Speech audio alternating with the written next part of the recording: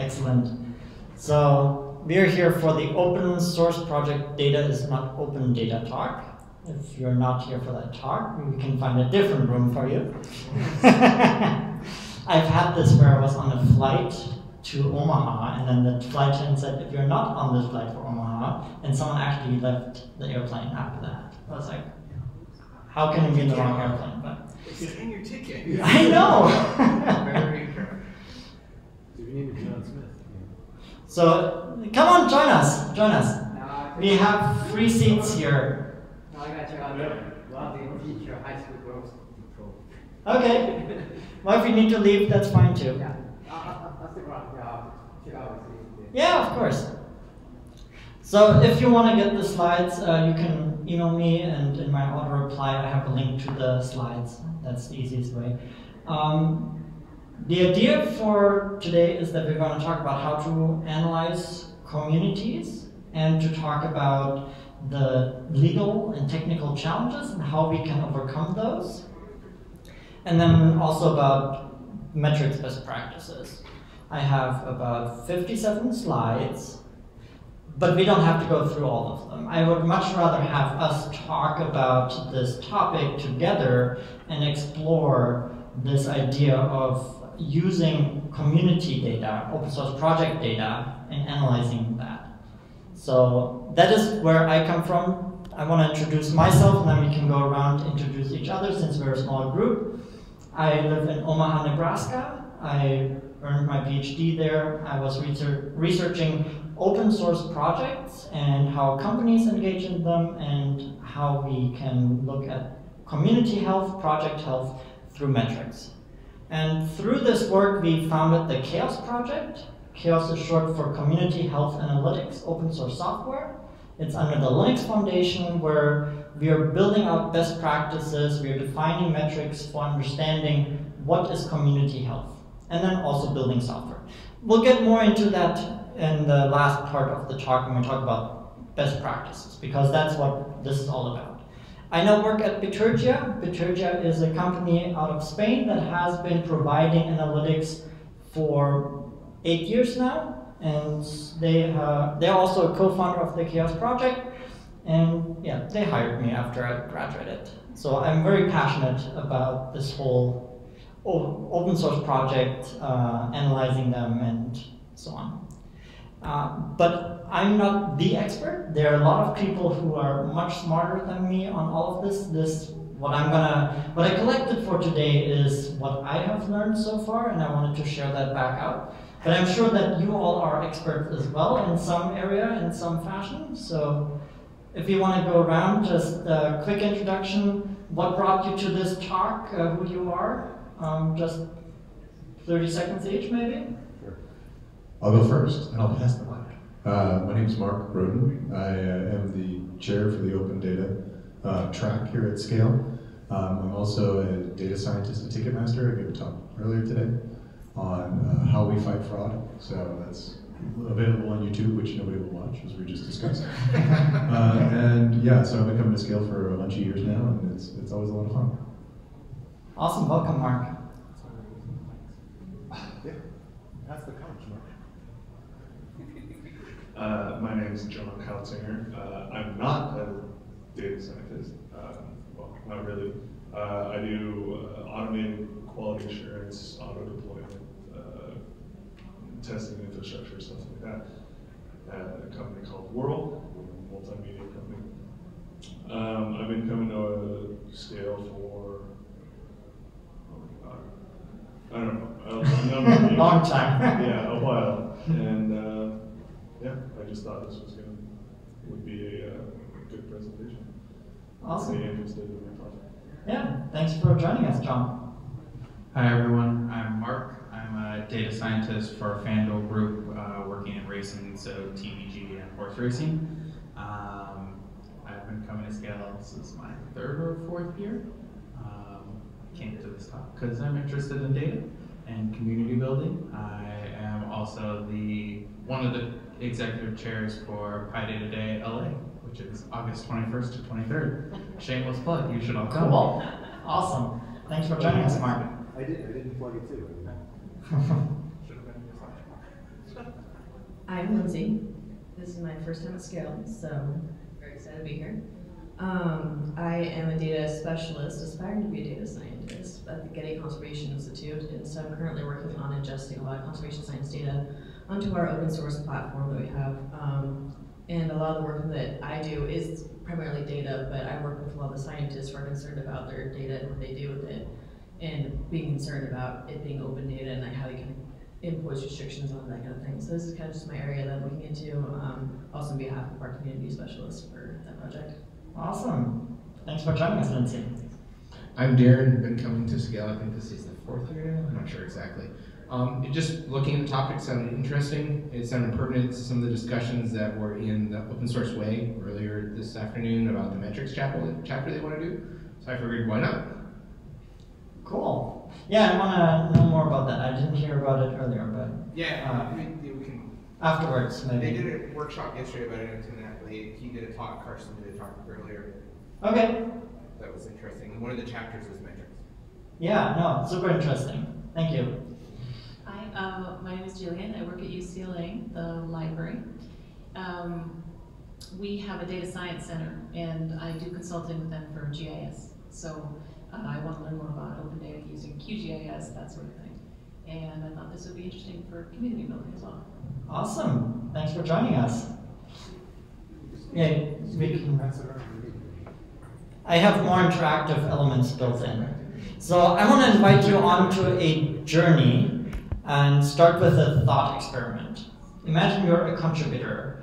You're in an open source project, probably to get work done, to scratch an itch, whatever the reason is.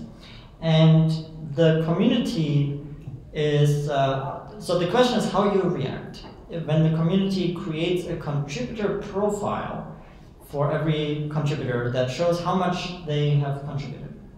So for every contributor, you can go to a page and it says, you have contributed 3 commits, 5 issues, sent 10 emails, or done 200 translations, whatever it is. Or how would you react if the community regularly recognizes the most active contributors, which then also requires to look at the data and the metrics?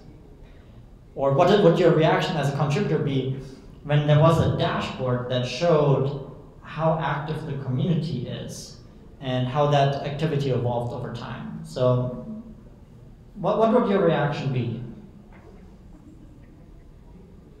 Hey. If you can pass the microphone so we can have it on the feed, that would be great. So I think it would depend on a combination of how you're doing things. Is the individual contribution public? So you could go through and scroll through and see like, oh, like you're number 1, you're number 2, you're number 3. Or do you have a dashboard showing like how strong the level of contribution is, and then like these are like the top 5 people. So depending on how you display the data and show the data to the community, you could either create positive or negative reactions. But I think it's all based on how the community is as a whole, right? Doing a leaderboard, like in video games first, is like super competitive. People are like, oh, I gotta get up there, I gotta get my score up, I can't be the last person on the list. So if you had a community that was like that, very competitive, then maybe that's the right way to go. So I think it depends on the community. Interesting thought, thanks. I would get very nervous about the metrics getting gamed. I mean, because like, I don't know if you remember, like once upon a time, programmers were being judged on the number of lines of code that they would produce. Yeah. So you'd write like these 5,000 line files that only did like an addition, just so that you could demonstrate that you've gotten the lines of code. So like the gamification of it makes it that people will play the game rather than make a contribution, and that's where it gets weird to me. Like most of the contributions I've seen, like where people get recognized, is mainly in conferences like this, where somebody's like, "Hey, this guy did this module. It's really cool," and it's like, but we're not singling him out as better or worse than anybody else. Yep. So. Okay. So you're thinking mostly in the terms of from the community overall perspective. How about as an individual contributor being part of those numbers? Yeah, that's kind of what I was going to address. Like, I think the first one, if there was a leaderboard or this person it might create a barrier of entry to someone who's possibly intimidated to show their code to someone who's been in it for so long. But also it will tip the scales when, while it may be true, it might not be. I think it'll quell a lot of valuable discussion because somebody, say, top 5 contributor comes in and he's like, well, this is how it happens. And somebody's like, somebody who doesn't have like a high leaderboard ranking says, well, no, if you do it this way, it's better because this and this and this. Even though the top contributor's answer could be wrong, you might get more play, and it could hurt the project in overall. Reset the leaderboard every 2 weeks. But that happens now. Right. Like in Wikipedia, like you may be a world expert on Homerian legends, but because it's not what's in the 1928 Encyclopedia Britannica, they won't accept that. You're going to change. Yeah. So I just want to get you into the mindset here. Let's have a second thought experiment. Let's say you're at a company. You developed a piece of software, and you got permission. You asked for permission. You got permission to open source it. But your manager has certain expectations if you do this. Your manager wants to see that you're building a vibrant community around it, not just throwing it over the wall. Your company wants to be a good open source participant. And also, you need to be able to identify areas that need attention in the project. So especially as projects grow, sometimes it's hard to identify which modules don't get enough attention. So you need some kind of insights there. And you need to always report progress on how you're doing with your open sourcing the project. So how would you go about doing that? We're thinking about data here. So how would you go about accomplishing these things?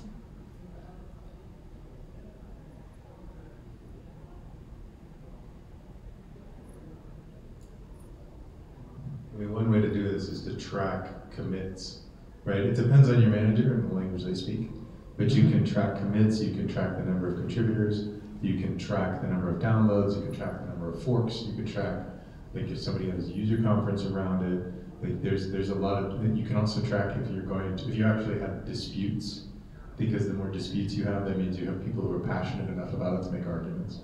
So there's a bunch of different ways to measure an engagement from the perspective of how well is the thing doing overall. Right. Yeah. So you need to think about what you actually want to measure and why you want to measure it. But you need to somehow measure it, right? And so what are we measuring? We are measuring, I'll get to that, but maybe we already talked about this, but what is the data, who are the data producers? And who are the data users in these scenarios? Just think about that for a second. And then what is the relationship between the data, the ones who create the data and the ones who produce the data, who use the data? Someone have a thought about this relationship?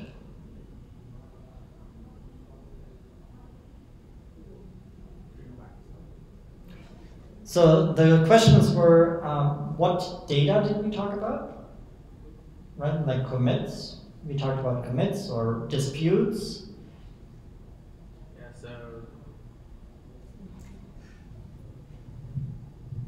so data, everything Mark pretty much said.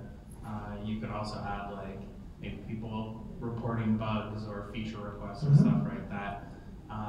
Data producers would be the community. Right. Data users could be both the community and the company.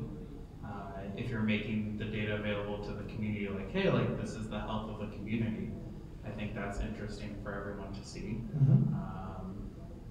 And then, what was this slide? The next one, the relationship between the three. Maybe like sort of like a positive feedback loop could be generated, like, hey, this is how we're doing as a community. Then the producers can see that and they can see, oh, okay, like maybe we need more. We have a lot of people saying, oh, we want this feature, we want this feature, we want this feature, but no one can fix those features, so maybe now the community the producers go in and say, oh, okay, well, maybe one of us learns to code and that way we can add features to it and add features and then you get this beautiful set. That's the ideal that we are striving towards, right? But yeah, no, that's the perfect cycle that we want to get towards. When I was thinking about what is this data that we're actually using, it is often created accidentally because you're not contributing to the project to create data about the project. You're contributing to get work done, to make a change in the source code, to convince someone. So it's very accidental that we are collecting names and email addresses and how many emails were sent. The thing that we can actually measure are then the contributions themselves, like the commits, the lines of codes created, but also we can look at the metadata about who made those commits, where do they work at, when was the commit made, all of that data that was not contributed as the purpose for making that contribution. The thing that we'll run into here is that the metadata does not have a license. When we talk about open source projects, the source code has a license. But what license do we have on issues? What license do we have for the names and email addresses that are being contributed, that are now part of the Git log? That does not have a license. So when we talk about open data in a moment, that'll come to bite us in the ass again.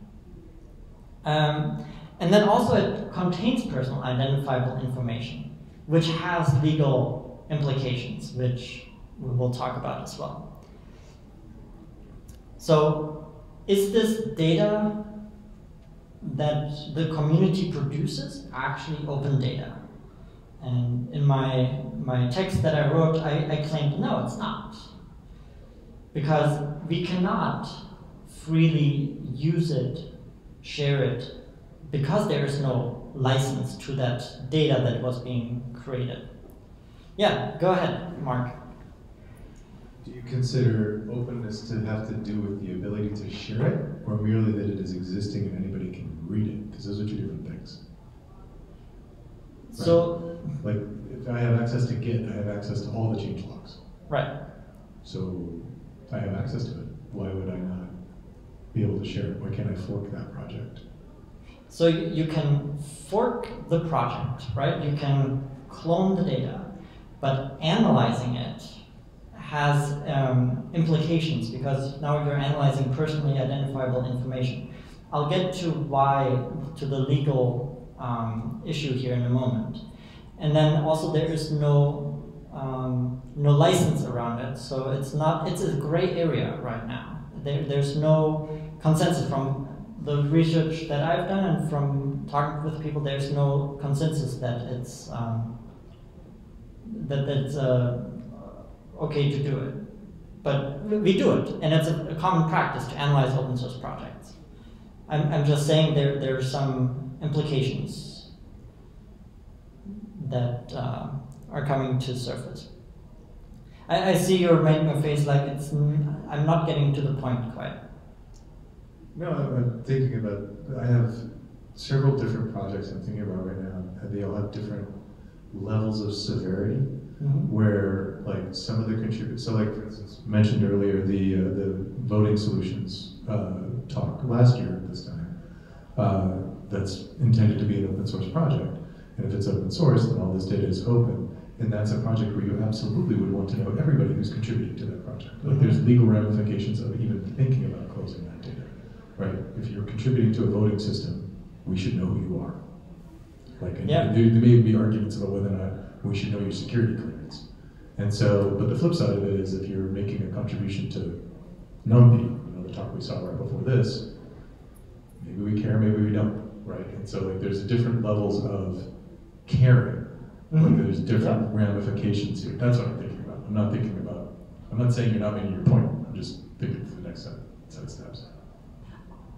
I agree there are cases where we really do care and where we want to make sure we have the permission to analyze the data. But let's talk about the legal side of it. And I'll focus on one piece of legislation that has been talked about. Can you guess which one?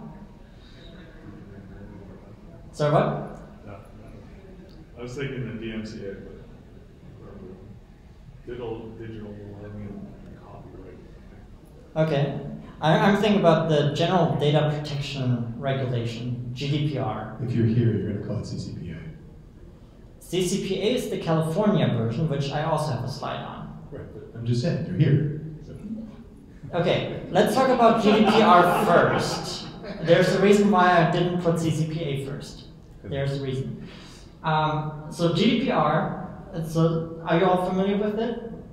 And then we can breeze through this. GDPR defines personal data, which anything that identifies a natural person, the data subject, and processing that data, which is doing any kind of operations. It's technology neutral, whether it's automatic or even manual. It doesn't care. And then there's a controller. A controller decides what operations are being done. This is the person who decides, go out and let's do this. So if you're doing it for someone else, you're not the controller, it's someone else who is directing you on this, and you're just the data processor. The data controller is the one responsible. So that's just important. And then there's consent. So the data, the persons whose data we are processing, they have to give consent to their data being processed. Now, did someone submitting a commit consent to their name appearing in the Git log and being processed later in having a list of who the contributors are? Is that part of the agreement that we have in open source? Yes. Yeah, I'd say implicit. Yeah. Implicit? Yeah. But it's not, so it needs to be explicit, right? No, well, I mean, it's if you're committing a Git commit, like the whole point of it is it's hashed. Like you can't even back out of that. Like I don't even think it's implicit. I think it's explicit. Like you have a PGP key. You have to go through a whole level of nonsense to be able to say that you're there. Yeah. That you've made the commit, you've explicitly given permission to grant the ability to look at it. But the further processing, which may be getting these metrics, I think is implicitly granted. So I think portions of what's being generated by making that commit are both explicitly done, and there's some implicit implications that if you haven't really thought that through, I'm not sure I have a lot of sympathy. Yep. No, that's... I'm on board with your reasoning. Yeah, it's like right here now. It's like Yeah. I That's not yet. That's not. So, what about email lists? Are you contributing, asking a question on the user email list? That is not the same level that a Git commit has. Yeah, what it's about? It's on Google Groups, man. Like it's gonna be there. Well, that's our understanding of it, but the law's understanding does not care about that. Yeah, the law also is Yeah. trying to regulate encryption in weird ways too. So. Right. So the people, our contributors, have certain rights by GDPR, and I'm just doing a very cursory look into this because it's a lot deeper. Key points are transparency, that they know what is being done with the data, information and access to the personal data.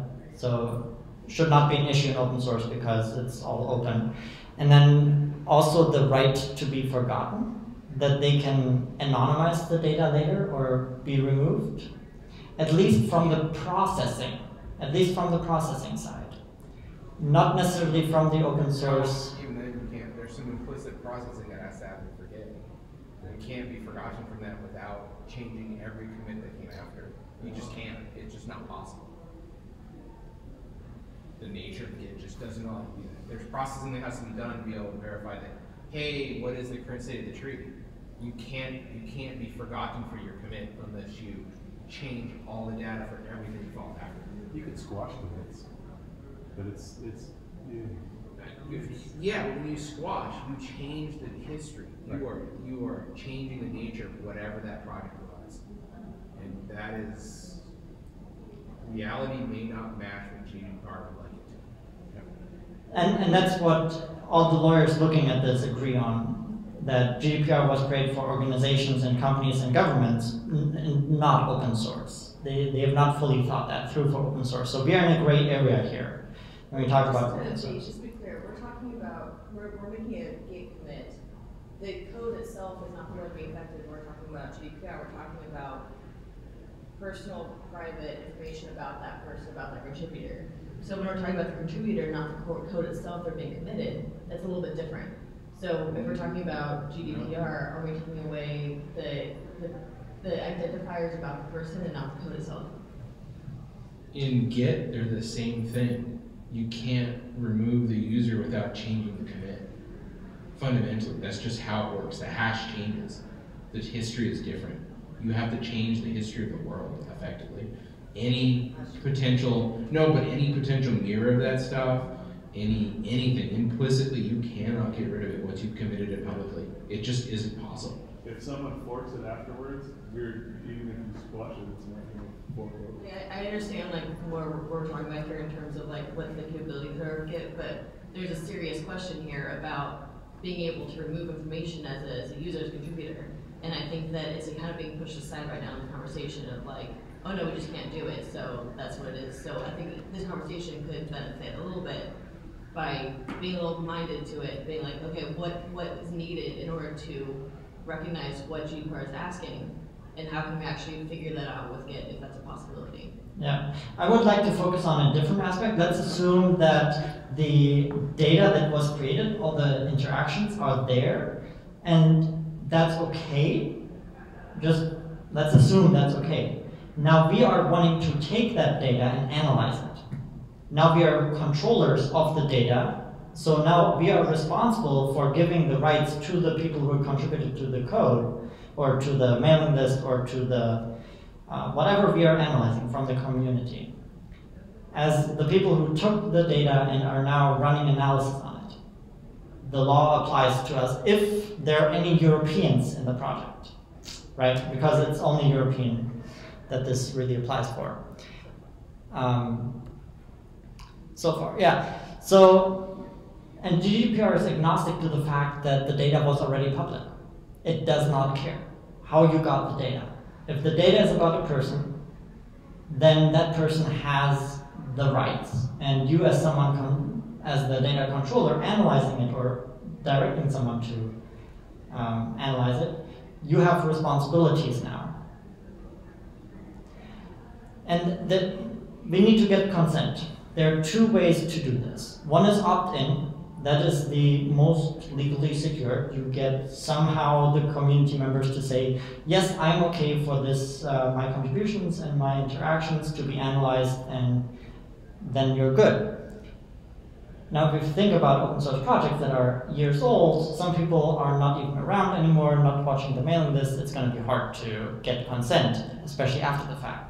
So if you can demonstrate that you have a legitimate reason for analyzing it, let's say you are part of the governing board of a project and you want to help the community and you say this is for the community, then you can make that case that yes, this is in the interest of all the contributors. Then you can offer an opt-out. But you still need to give everyone an option to not be part of that process data. So those are the two options that we have. We're not going to change the data. We just want to have those analytics and see how the project is evolving and doing over time. Come on and join us. Yeah, you can join us.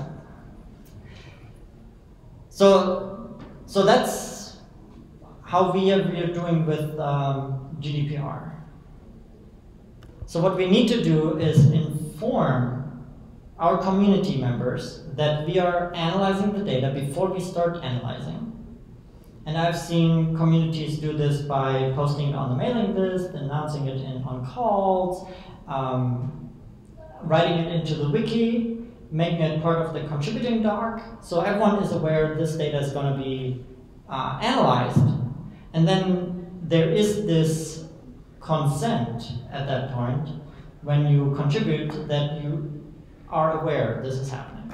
And if you don't want that, then you cannot contribute. or you have to use the opt-out option. But it's a challenge. And again, GDPR was not designed for the open source case. That's the best that I've seen so far anyone try to manage this.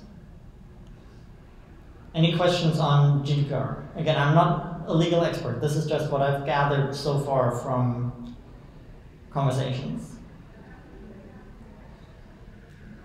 Off topic a little bit. Yeah. But effectively, your transactions in a blockchain history can be associated with you personally, couldn't they? Yes, same way. So potentially, you can never be forgotten from that transaction once it's correlated. Isn't that kind of a problem that ties in?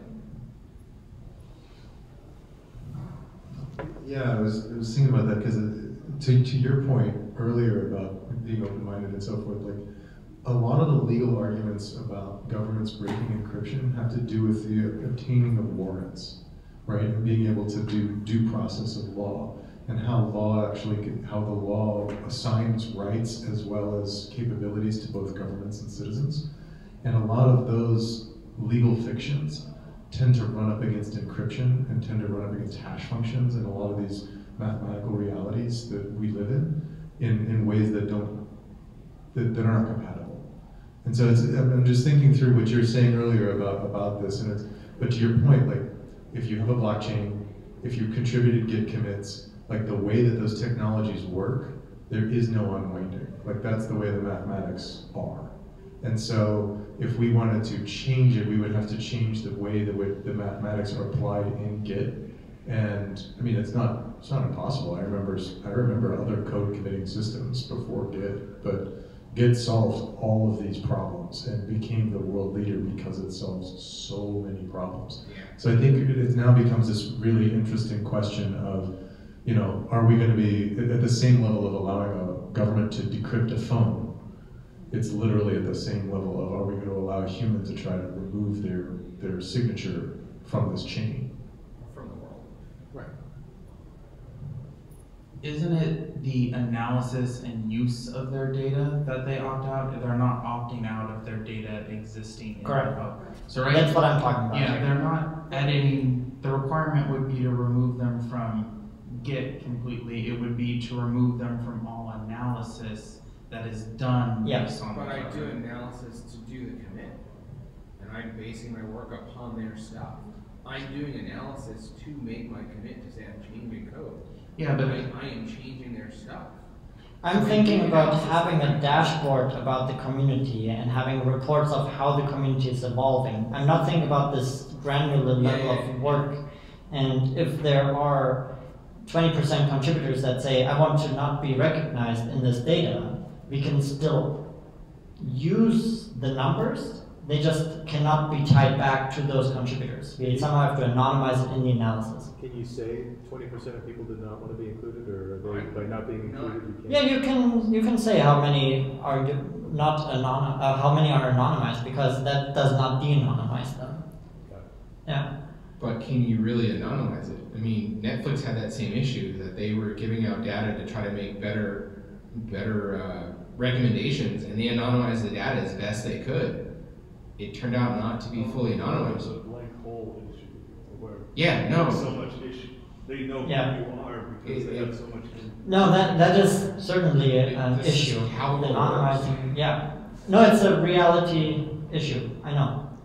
And I don't have a good solution for that. There's ways to mathematically anonymize data, right? I mean, there's ways to mathematically. There was a talk about that last year here in SCaLE. Yeah, there's ways to mathematically anonymize data when you can't anonymize it, right? Like, there's a solution to this problem. Now, I can't speak to it because I'm nowhere near an expert on it. But I'm not. It's a little bit outside of what I wanted this talk to be. So, Discussion on this outside. yeah. You started it. I'm glad. No, that's exactly what I wanted to do. I wanted to get your creative energies flowing, and I wanted to talk briefly about CCPA, since we are here in California and it is in effect since January. But it says specifically a consumer shall have the right to request that a business. So it's about the consumer and the business. And as an open source project, if you look in the definition of the business, it probably does not apply to you. It has like a $25 million revenue threshold before it applies to you, and some other thresholds. So that's a lot. You're assuming a lot about me. You have an open source project that brings in that kind of revenue? But potentially, do foundations fall under that business thing? Because then foundations who that project are on, so that project may not get out. That may not be a get out of free card for that project because they may be under a bigger foundation that does meet those requirements. Maybe. But most foundations are nonprofit, so they probably nonprofits. But does the business rule out nonprofits? Would be my guess. You would have to ask your lawyer probably about that. So because there are several conditions here, yeah. Or a public benefits corporation that may be the one that's funding open source by that way, which is not nonprofit, but the profit never goes to people, it goes to whatever their kind of goal is. So. Right. My point is to say that you need to check whether or not CCPA applies to you, but it does exclude a lot of the I just want to look at the data. And then you can look at the data and analyze it. CCPA doesn't care about it. If you do it for a big company or foundation, then it probably applies somehow. So that's why I didn't start with CCPA. So that's what I just wanted to have some legal challenges to talk about, and to say that if you are analyzing open source projects, then it's a good idea to let the community know before you start the analysis. Give them a way to opt out after you demonstrate that you have a legitimate interest. But just be in the sense of open source, just be communicative, transparent, and work with the community on this. So that's my thought, my standpoint. Do you have any closing thoughts on the legal challenges before we move on to the technical challenges? I think that... Do you want to use the microphone? Just leave it on, it's fine. Yeah. It's got batteries for days. Sideways. Right. I think that there's a definition problem we're having here. We're talking right now about analysis of what it means to be analyzing this open source data.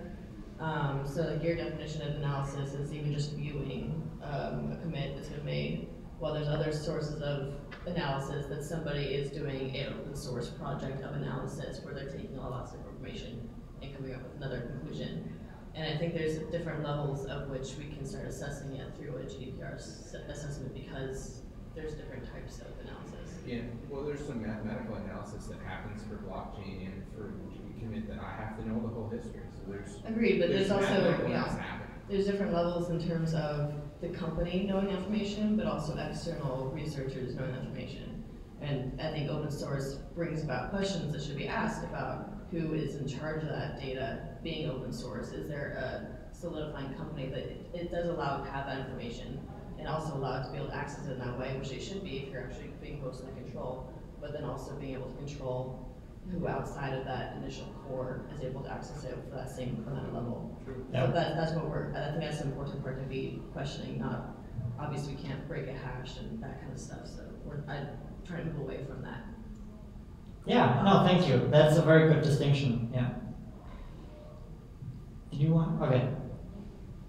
Then, I know some of you are much more in depth with this than I am. I'm not the most technical person.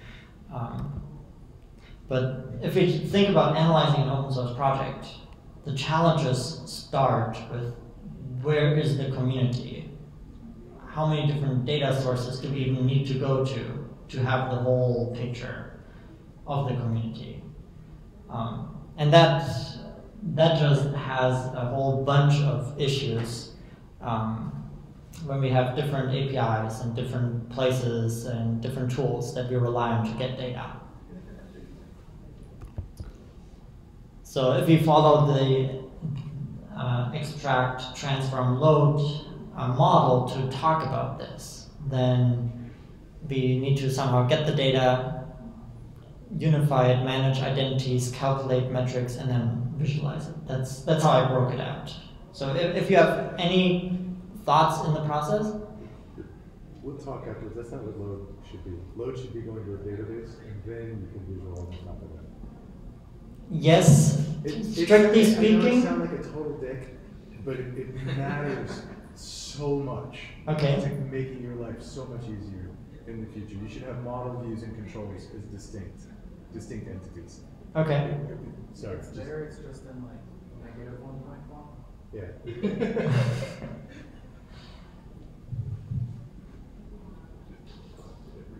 Okay, then transform to me has that load into a database and then viewing. Sure, we can put load in here. So when we extract data, that's almost the easiest step when we analyze open source projects. The Git log is, you can easily get that. There's GitHub API, you can easily write a script to query that. So getting the data is not the challenge. The challenge is here is if you want to do it over a long period of time, that the APIs change, there are changes to the platforms, and that is where I see the challenge here. You want to add something? Does Git, the testing that you do, I can't remember the name of the command right now. You can do a command that you automatically go through a number of commits to determine when a bug was introduced. Does that, what's that? No, that tells you to annotate. No, the one that you actually say, I want every commit from here and run a test. Git, I used it the other day and I can't remember what it is, it's just escapes my. But it automates a way that you can say, run this script for every commit between these, and it does a binary search between those two commits to find where the bug comes in. I want to know what this is, guys. This sounds amazing. It is hugely useful, but that's analysis, and that is bug finding. That is are you doing analysis at that point? Does that count for this? I don't know, it's just a thought. That's an interesting thought, but it's not the level that I'm thinking about. I'm not talking about doing work in the open source project, which that is doing work. I'm talking about you want to have some nice graphs for marketing, you want to have a dashboard, you want to report out how awesome the community is. That's what I'm talking about. I mean, these are sort of standard data science problems. Right. Like this is, I think the first, like, you know, the first problem is not this. The first problem is defining what is success. And until you know what you're actually trying to do and what the success of the project actually is, you're not going to be able to navigate the water of what data format do I care about, which data sources do I care about, which extractions, which transformations, all of that. Like, it's all dependent on what is success to you. Like, what is a successful thing and how do you gauge how far away you are from success? Once you know that, then you can answer these questions much more straightforwardly. Yes. I have a slide on that later. So currently, my way of thinking is a little different from your way of thinking. Get bisect. Yeah. Yeah, no, it's like totally awesome. Get bisect. Yeah, you give it 2 points in your history that you want, and it does a binary search, running either a manual step that it tells you to do and you say whether it succeeded or not, or a script that you give it, and it will automatically run tests within your tree and find when the regression happened. Wow. You've never used that? Awesome. I've never heard of that. That's great. That's phenomenal. Yeah, it's totally phenomenal. Okay. It is why Git took over the world for cycles. Oh, It totally is. Yeah. So for transforming the data, I know there are a lot of issues. I'm just focusing on a few issues here to get some ideas because I didn't know what the level of analysis that everyone was doing who would come here would have. But it sounds like you're much more ahead than a lot of people who come to this for the first time. So unifying data there, as you said, Matt, that's just standard problems for doing this kind of work. So I'll skip through this. Managing identities is an interesting one because in open source you have all of the different tools that your community uses, and sometimes people use different email addresses, they have different usernames, so you need to somehow merge those different identities that they use throughout the different tools. If you want the level of analysis where you can tie each contribution to the specific people. And then there are certain metrics that you can do just on the raw data that you collected, but other analysis requires you to do some pre-calculations, taking the difference between the first, when the issue was opened and when the first comment was made to see how long does it take the community to respond. So there are some additional calculations that need to happen. And then, sorry that I call it loading data. To me, this is really where we are thinking about how do we present the data, how do we get it out in front of people, who is the data user, what is the most sensible format. Sure, then you can work back to figure out how you actually need to represent it in the database. One of the things that I hear a lot is the data itself is not interesting. You need to tell a story with that data. You need to think about what is the community story and how can you support that with data or refute it with data. Otherwise, you're looking at commits, but what does that even tell you? So I want to also introduce some technical solutions that we have that have already solved these issues. So these are open source projects. You're smiling? Oh, no. I'm interested in some of this stuff. Okay. After having this talk. Excellent. Very interesting. So I bolded GrimoireLab because that's the one that I'm most familiar with, and that's what I'm just going to introduce a little bit in more detail. But there's also Chaos Augur. It's a research project at the University of Missouri and Omaha. That's the research group that I got my PhD in, so that's why I know about this project, and because it's part of the Chaos project. Then Apache Kibble, they're providing analysis for the Apache project. And then CNCF has DevStats, which is, I just talked to someone from the community, and they're very much focused on GitHub analysis right now, but are occasionally thinking about other tools. Whereas GrimoireLab, out of all of these, has the most number of data sources that you can pull in, has 30 different data sources, so it gives you the most complete picture. And so if you're thinking about this model, I have managing identities a little outside of the transformation stage here. But the tool, so GrimoireLab is a tool suite developed by Bitergia, but it's now part of the Chaos project, so it's all open source. Percival is the tool that goes out and collects data, and that can connect to all of these 30 different data sources, and it gives you a nice JSON document. So you can use each of these modules just independently. GrimoireElk, so it's building on an Elk stack, the Elasticsearch Kibana stack.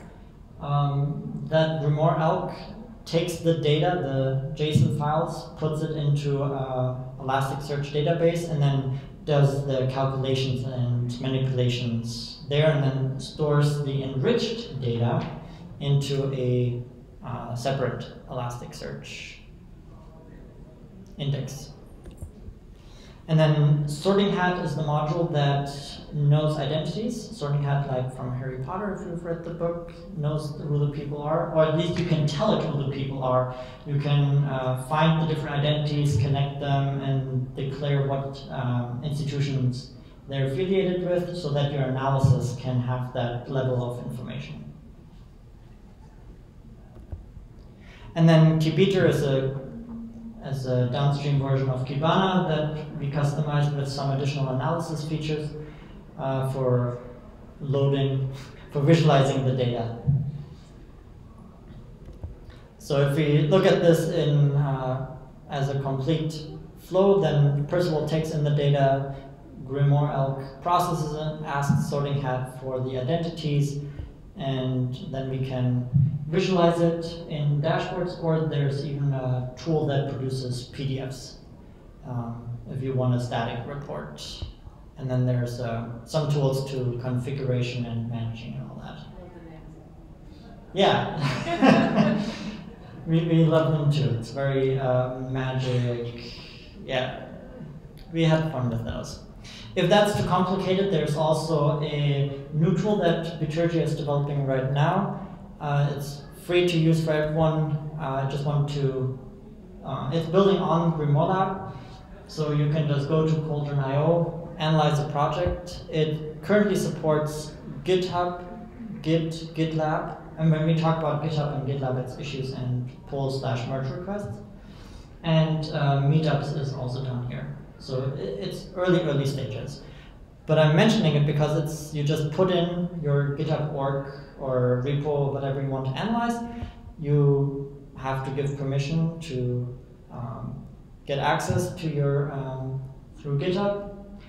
You connect it, and then it pulls in all of the repositories and starts collecting data. It'll take a while to collect all the data, depending on how many other people are using the server at the time. And then you can go to My Workspace and you get a Kibana to play with the data, or there is a link to a public dashboard, which already has some predefined visualizations to start looking. And this is what you can also share out. So that's something that we're building right now. Manrique has built the dashboard and shared it on his GitLab account to where you can just load it into your dashboard to get the chaos metrics. And I'll talk about chaos here in just a moment. And then there's also a forum, community.cauldron.io. I don't know if anyone finds this interesting. I just wanted to show that for people who don't want to set up their own analytics instance, there is a one-click kind of thing here to see some data about your project. It was just presented a month ago at FOSDEM for the first time, so it's still in early alpha. So before we go into best practices and chaos, all that, do you have any thoughts on the technical challenges?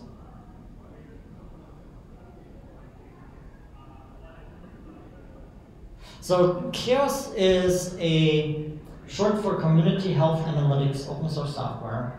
We started this 3 years ago as because there was a lot of interest just understanding what the communities, how the projects are doing, are they going to fail in the near future, is there any risk in using them, or just demonstrating that they're doing extremely well, or early detecting when things are going wrong.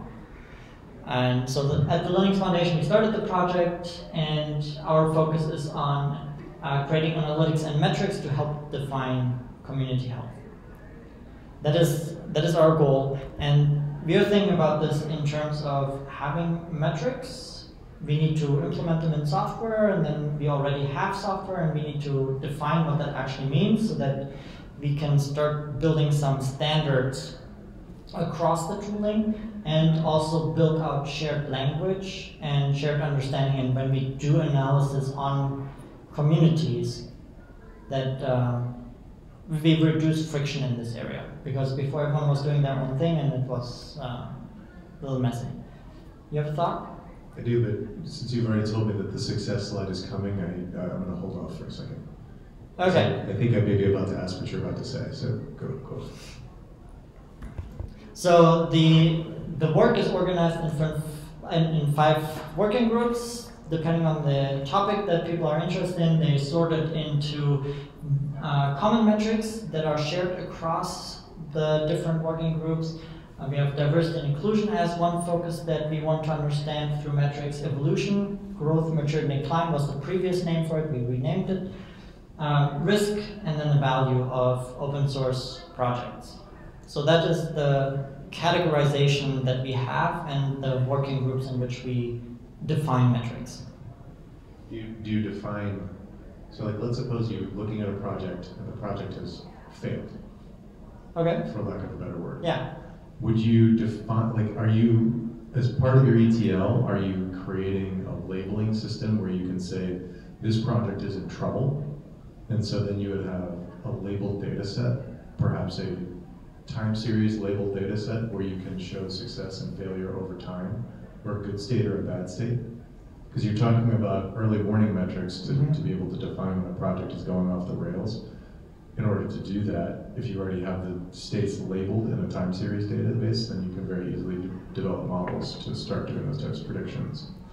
So that is the step where we stop before that step. We are defining the metrics, we're defining the analysis, we're defining how to get the data, how to calculate it, but we're not assigning value to certain values in, or certain impressions of the metric. We're just saying these are the metrics that you can use, and then you have to go in, and we recommend this goal question metric approach, or success, how you measure success approach, where we are providing you with the tools and the metrics, but you have to build out for yourself why you want to measure, and then figure out what your questions are, what your categories of success are, and then build your metric strategy around that. I feel like you're going to find that most groups are going to ask the same set of questions when they're talking about these things. Like if you're talking about diversity and inclusion, they're going to ask the same sort of sets of questions. And I think you position yourself very well to have a really interesting conversation where you can say, well, you guys may not be aware about this package over here from Switzerland, but they look like very similar to your commit history, very similar to your commit frequency, and they started to have problems and we talked to them, you should reach out to them. Yep. Right? In which a way you have a meta community of communities. You haven't necessarily assigned meaning yet. So exactly, we have not assigned meaning to the metrics, because every project is different. So even if we just look at standard metrics around commit history or issue history or whatever, every project has different ways of working, that those numbers will look different even though it's the same health, or the... That's a testable hypothesis. It's a testable hypothesis, but that's what we're working on right now. We're still on the low-hanging fruit, just defining. You're working on seeing if there's common meaning that can be applied to the metrics and analysis that's being collected and done. No, he's saying they're not doing that. No, but you're looking at that. You don't have meaning assigned, but you're looking at it to see if you can, right? Or you're not going to try at all. So we have tried at the university to collect data and see how projects are doing and try to come up with comparable groups and all that. It has not been very successful. And I know research... That was even my next question. Has it been successful? So there is research out there that has done what you said with, let's look at, and this is data from SourceForge ages, okay? So it's been a little dated. But they looked at the SourceForge data and said, okay, these projects all have died. So, and these projects have succeeded. What are the patterns that we see in the data? And the feedback that I've gotten from people who are actively managing communities and maintaining them, they're not finding those criteria very helpful. So, I don't know, maybe it's a fast-changing world or whatever it is, that those kinds of analyses have not really stuck. Are there additional data points that maybe community history, community, just how the community works, that change the meaning of some of the same metrics between communities? Is that part of what it is? Is there another, I guess, level of data that's just not easy to capture this way, that's missing, and that's why you can't just assign it? Or is it that you're changing the data as people see what the metrics are, and then they're trying to game the system, gamifying it, and that's the problem? Or it's going to be hard. It's a hard problem, and our approach is to start small and get off zero. We want to have a better state than having no insights, no metrics at all. So if someone were to start their metric journey, I would recommend to follow the goal question metric approach. You need to know what your success looks like and what your goal actually is, and define the metrics based on that. Don't just look at the metrics and just share a screenshot of a nice graph. You need to tell a story around those metrics. You need to tell your success story or your failure story or whatever. And then you want to reevaluate your strategy and the metrics that you're actually looking at because the situation changes or you have gaming of the metrics, and so you need to throw out the metric you were looking at to change to something else because that metric has become useless. So those are all things that we need to think about as we're doing this. And I am... And are some metrics more gameable than others? Yes. Probably. Should you maybe not publish the ones that are more gameable? Would that be more healthy for your project not to game your metric? There's some really interesting questions there, I think, to discuss. There are a lot of more things to discuss. We are out of time. Yeah. Thank you so much for your participation. It's been really engaging. I really enjoyed your insights and just talking with you through these issues that we have. And I hope you have taken something away from it. I certainly have taken away that I need to change my thought on using transform, on load here for visualizing. Yeah. So thank you very much. Thank you. Let's just try to get these seats back to you. I'm out.